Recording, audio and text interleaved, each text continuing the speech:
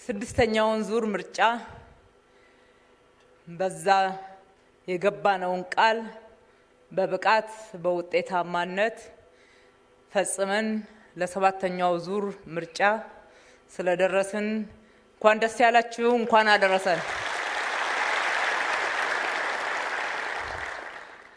አስጀምሮ ያስጨረሰን እንዲሁም ያደረሰን ፈጣሪ አምላክ ምስጋናና ክብር ይሁንለት።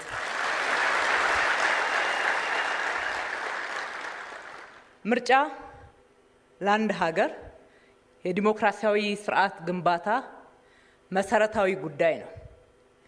የህዝብ ሉዓላዊነት የሚገለጽበት፣ ህዝብ በድምፁ መንግስትን የሚያቋቁምበት ዋናው የዲሞክራሲ መሰረት ምርጫ ነው። ምርጫን በብቃት ማካሄድ፣ ምርጫን በዲሞክራሲያዊ መንገድ ማካሄድ፣ ምርጫን ፍትሃዊ ማድረግ፣ ምርጫን ሁሉንም ያካተተ ማድረግ፣ ምርጫን ገለልተኛ ማድረግ፣ ምርጫን በእርግጥ የህዝብ ድምፅ የሚገለጽበት የህዝብ ሉዓላዊነት የሚረጋገጥበት ማድረግ ለሀገር ብልጽግና እጅግ ወሳኝ ነው። ኢትዮጵያ ስለ ዲሞክራሲ ከውጭ አልሰማችም። በዲሞክራሲያዊ መንገድ ስልጣን መያዝን፣ ስልጣን ማስረከብን፣ መረከብን፣ የስልጣን ሽግግር ማድረግን ለዓለም ያስተዋወቀች ድንቅ ሀገር ነበረች። ነገር ግን በሂደት ከከፍታዋ እየወረደች ስልጣን በምርጫ ሳይሆን በጉልበት የሚያዝበት፣ በመፈንቅለ መንግስት፣ በተለያየ የህዝብ ሉዓላዊነት በማይገለጥበትና ባልተገለጠበት መንገድ ስልጣን ሽግግር ስታረቅ ቆይታ ትልቅነቷን እያጣች እጅግ በጣም ወደ ኋላ የጎተታትን ታሪክ እየሻረች ትላንትናን እያከመች ነገን እየተለመች በመጓዝ ሂደት ላይ ገብታለች። የትላንትናው ታሪክ ቢያስቆጨንም ዛሬ ግን የትላንትናውን ለማከብ ዛሬን ለመስራት ነገን ለመተለም እድል አግኝተናል። ኢትዮጵያ ዲሞክራሲን በትክክል ለመገንባት የሚያስችሉ ስራዎችን ከሰራች የህዝባችን ሉዓላዊነት፣ የሀገራችን ሉዓላዊነት፣ የሀገራችን ከፍታ፣ የሀገራችን ክብር በሚገባ ይረጋገጣል። ምክንያቱም ትላንትናን ስናስታውስ ህዝባችንን ያባላ የእርስ በርስ ጦርነት መታወቂያ እንዲሆን ያደረገን ያቆረቆዘን ከትልቅ የታሪክ ሀገረ መንግስት ወደ ኋላ እንድንመለስ ያደረገን የህዝብ ሉዓላዊነት ስላልተከበረ ነው። ልዩነትን በዲሞክራሲያዊ መንገድ መፍታት ስላልተቻለ ነው። የኢትዮጵያ ህዝብ በአንድነት መቆም የሚችልበት ስርዓት መገንባት ስላልቻልን ነው። ከሁሉ በላይ ከእርስ በርስ ጦርነት በቀላሉ መላቀቅ ስላልቻልን እንደሆነ ታሪካችን ያሳያል። ትላንት ሀገር ያልነበሩ የሀገረ መንግስት ታሪክ የሌላቸው ሀገራት ከኋላ መጥተው ታላቅ ሀገር እስከ መባል ድረስ የበቁበት፣ ኢትዮጵያ ግን ከዛ ትልቅነት ታሪክ ወደ ኋላ የተመለሰችበት አንዱና መሰረታዊ ነገር የዲሞክራሲ ጥያቄ በትክክል ባለመመለሱ ነው። ስለዚህ በ2013 ከዛም በፊት በነበሩ ምርጫዎች የኢትዮጵያ ህዝብ ተሳትፏል። የ2013 ምርጫ ግን የኢትዮጵያ ህዝብ በተለይም የከተማችን የአዲስ አበባ ህዝብ በድምጼ ነው መንግስትን የምመሰርተው፣ ስልጣኑ የኔ ነው የሚል እምነት ለመጀመሪያ ጊዜ ከልቡ አሳድሮ ዝናብ ሳይል ቀን ፀሐይ ሳይል ሌሊት ሳይል ቆሞ በድምፁ መንግስት መመስረት ችሏል። ይሄ አንዱ የምንኮራበት ትልቅ ጅማሮ ህዝብም በራሱ በመተማመን በትክክልም ደግሞ ሉዓላዊ ስልጣን ባለቤት ነኝ ብሎ በማመን መፈጸም መቻሉ አንድ ትልቅ መሰረት አድርገን መውሰድ እንችላለን። በዚህ ላይ በሚገባ መሰረቱን መገንባት ስለሚገባን በምርጫ 2013 ወይም ደግሞ በስድስተኛው ዙር ምርጫ የገባነውን ቃል ያለምንም መታከት ያለምንም መድከም በብዙ ፈተናዎች ውስጥ ሆነን ስንፈጽም ቆይተናል። ይህንንም በማድረጋችን እጅግ በጣም ደስ ይለናል። ምክንያቱም ስራን ሰርተን ውጤት ማግኘት ብቻ ሳይሆን ይሄ ማለት የህዝብ ሉዓላዊነትን ማክበር እንደሆነ በሚገባ ተረድተን ነው።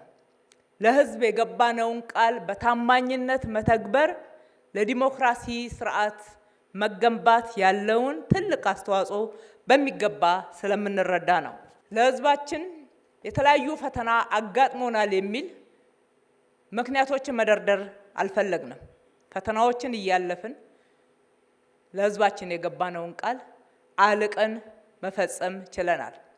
ዛሬም በዚህ ዓመት በ2018 በሰባተኛው ዙር ምርጫ ለህዝባችን ቃል የምንገባው ከተመረጥ በታማኝነት እጅግ በጣም በላቀ አፈጻጸም መልሰን ለህዝባችን የገባነውን ቃል ፈጽመን እነሆ እንደምንል ነው። ከገባነው ቃል አንሸራረፍም።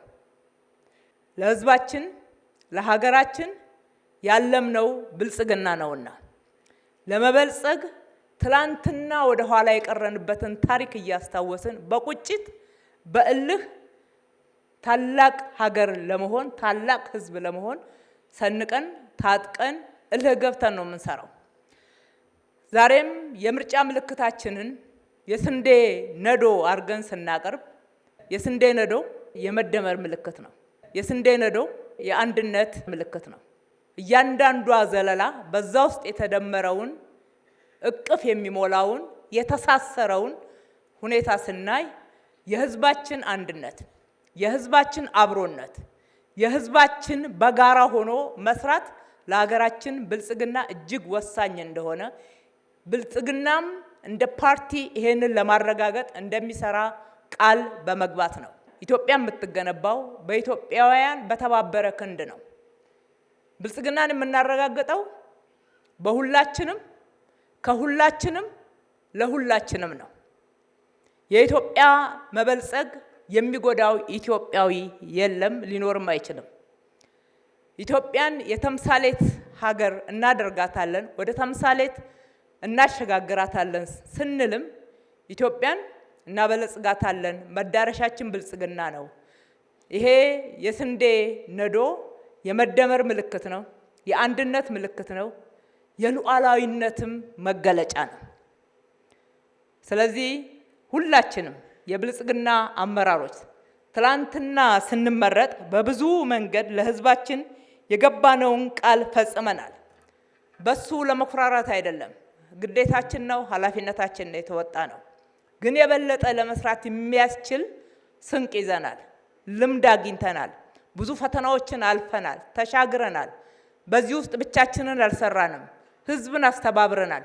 ህዝብ ተባብሮናል፣ አብሮን ቆሟል። ሰላምን በማስከበር ሰላምን ዘላቂ በማድረግ ልማትን በመስራት እንዲሁም በአጠቃላይ ሰው ተኮር ስለሆን ሰዋዊ የሆነ መርሃችንን ለህዝባችን አድርሰን ተግብረን ፈጽመን የብዙዎች እንባ እንዲታበስ፣ የዘመሙ ጎጆዎች እንዲቃኑ፣ ድሆች ጓዳቸው እንዲታይ፣ እንባቸው እንዲታበስ፣ ሁሉም በእኩልነት ስሜት ወጥቶ መግባት እንዲችል ባረግነው ጥረት ውስጥ አንድ ቀንም ህዝባችን አልተለየንም።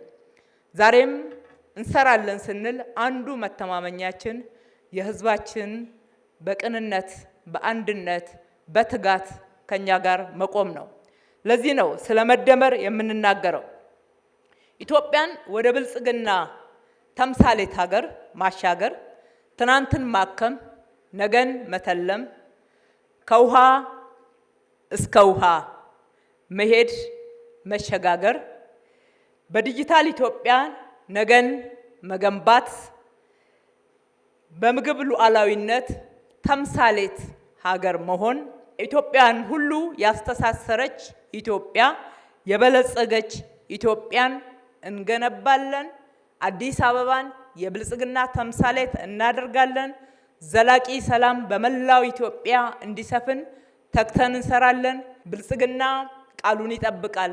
ብልጽግና ቃሉን ይፈጽማል። ብልጽግና ከህዝብ ጋር ተቀራርቦ ህዝብን ይዞ ህዝቡን ጉልበት አድርጎ ህዝቡን የሉዓላዊ ስልጣን ባለቤት በማድረግ በኩል በሐቀኝነት ቃሉን ለመተግበር ቃል ይገባል። መልካም ጊዜ እንዲሆንልን እየተመኘው የምርጫችን ምልክት የብልጽግና ፓርቲ ምልክት የስንዴ ነዶ ነው። ማንፌስቷችንን ዛሬ በከተማችን ግልጽ አድርገን ይፋ እናደርጋለን። ቃል የምንገባባቸው ትልልቅ ኪዳኖች በማንፌስቷችን ውስጥ ተካተዋል። ማንፌስቷችን ሁላችሁም እንድታነቡም እንጋብዛለን። ከዚህ ጊዜ ጀምሮ እንደ ከተማችን የምርጫ ካምፔን ማድረግ ብልጽግናን ይምረጡ ለማለት ብልጽግና የሚገባውን ቃል ለማስተዋወቅ አንድ ብለን ጀምረናል። እጅ ለእጅ ታይዘን እንጓዝላለሁ። እጅግ አድርጌ አመሰግናለሁ።